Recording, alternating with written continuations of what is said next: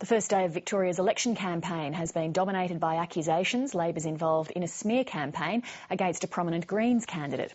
Barrister Brian Walters is considered a strong chance of winning the marginal seat of Melbourne from Labor. On the weekend, he was branded a hypocrite for representing a mining company.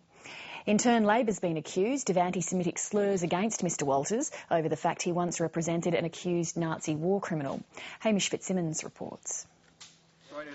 As John Brumby was bricking up Labor's chances, his party was being accused of throwing dirt after stories surfaced that a prominent Greens candidate and barrister had once represented a coal company in court and acted for an old Nazi.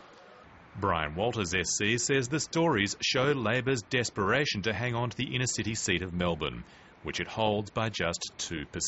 People are very concerned about the way this government has been behaving and its lack of transparency, its lack of accountability, and they want to see that brought back into government. So it has backfired. Labor Minister Bronwyn Pike is sticking to her story, having accused Mr Walters of representing a coal mining company in a WorkSafe case while publicly attacking the pollution record of the national coal industry. People do have choices, and I think that when people are so prominent in their criticism of a particular industry, then it does seem somewhat hypocritical that then that becomes the industry that they are representing and supporting. Despite the attack, Labor maintains it's accentuating the positive. We'll be running a positive campaign with positive policies about the future of our state, and I can't be clearer about this. Labor's also accused of implying Mr Walters is anti-Semitic by highlighting his representation of alleged Nazi war criminal Conrad Collage. The information designed to sway members of Melbourne's Jewish community. Well, I've been disappointed, obviously, that we've reached the stage of politics where one party can go into the gutter so readily.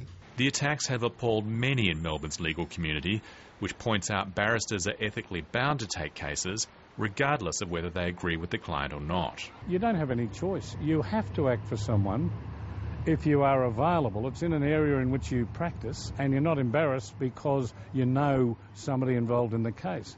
Colin Lovett QC is one of Australia's most highly regarded barristers and says the attacks on Mr Walters represent a low in the political life of Victoria.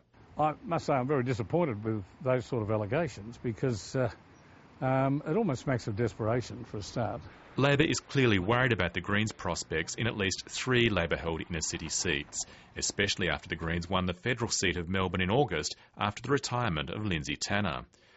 While Brian Walters says he's been surprised by the personal nature of the attacks, he also has this warning for Labor. Labor is only in power on Greens' preferences now in Victoria, and for them to go into the